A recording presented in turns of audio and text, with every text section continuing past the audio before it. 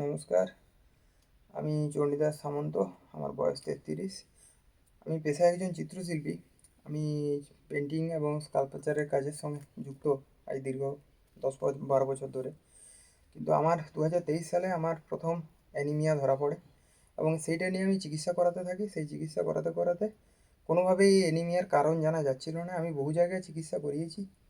তারপরে চেন্নাই, ভুবনেশ্বর, বাঁকুড়া, সমস্ত জায়গায় আমি চিকিৎসা করানোর পর মণিপাল যাই। মণিপালে আমার বহু বহু টাকার টেস্ট করার পরে আমার খাদ্যনালীতে, খাদ্য অন্ত্রে একটা লিউমাইমা ধরা পড়ে।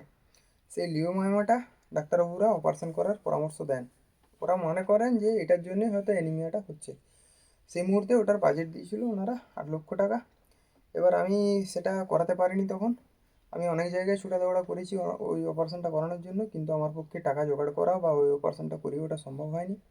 এখন বর্তমানে আমার আর্থিক অবস্থা অত্যন্ত, মানে কি বলবো, একদমই আমি নিঃশেষ হয়ে গেছি চারদিকে ছোটাছুটি করে।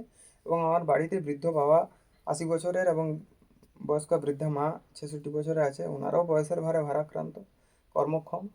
তো আমি একমাত্র উপার্জনকারী ব্যক্তি ছিলাম বাড়ির। হ্যাঁ, এখন আমি সম্পূর্ণভাবে 2023 সালের নভেম্বর মাস থেকে আমি সম্পূর্ণ মানে রোগাক্রান্ত হয়ে বাড়িতে বসে আছি, চিকিৎসা করানোর জন্য ছুটে বেড়াচ্ছি।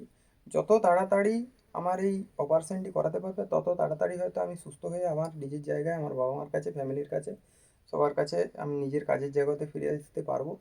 তো প্রত্যেকের কাছে আমার একটি অনুরোধ, যাতে যদি সম্ভব হয় আপনাদের মানে সাধ্যমতো এই ব্যাপারটা একটু দেখবেন। আর সাহায্য করলে খুবই ভালো হয়। এমনিতে সোশ্যাল মিডিয়ায় জিনিসটা ছড়িয়ে আছে, কিন্তু বিশেষ অসুবিধার কারণে অনেকেই সাহায্য করতে পারছেন, আবার পারছেন না।